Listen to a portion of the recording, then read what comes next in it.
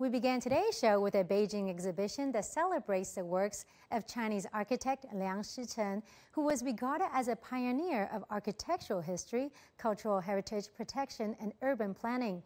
The showcase, which is currently underway at Tsinghua University Art Museum, also highlights the development of Beijing as an ancient city. Our reporter Ding Siyue takes us there. Behind me, you can see the Desheng Gate, one of Beijing's few preserved city gates. The original gate complex was built in 1437.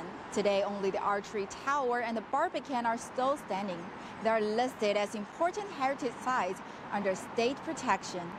Beijing now has 7 World Heritage Sites and 135 important heritage sites under state protection. Now an exhibition at the Tsinghua University Art Museum aims to raise public awareness for the importance to protect Beijing's rich historical and cultural heritage. One of the centerpieces is the 1950 blueprint of the proposal Liang Sicheng developed together with Chen Zhanxiang for the capital city. The Liang-Chen proposal advocated the construction of a central administrative district to the west of the old city of Beijing. The rationale behind this was twofold. First, to protect the historical city as a whole, and second, to avoid the problem of a monocentric city and the socio-economic challenges resulting from a large-scale urban regeneration of the old city. Although the proposal was not realized, it remains relevant to the present day. There are some important documents in this exhibition, 2 of which are particularly valuable. A list of important Chinese ancient architectural relics Liang gave to the American Army during the War of Resistance against Japan, and a similar list given to the People's Liberation Army during the Chinese Civil War. They aimed to help avoid the destruction of ancient relics during the war. This was important for the preservation of ancient buildings in China. The first cultural relic listed on the 1949 Compendium of Architectural Relics of National Importance is Beijing City. This shows how important it was for Liang to protect the ancient city. There are now ancient cities in Europe that are UNESCO World Heritage Sites, but Liang's idea of preserving Beijing as a whole in 1949 was ahead of his time.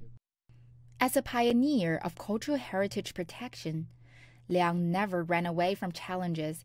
His concept of restoring the old as the old has been a model and principle followed by the conservation community for a long time.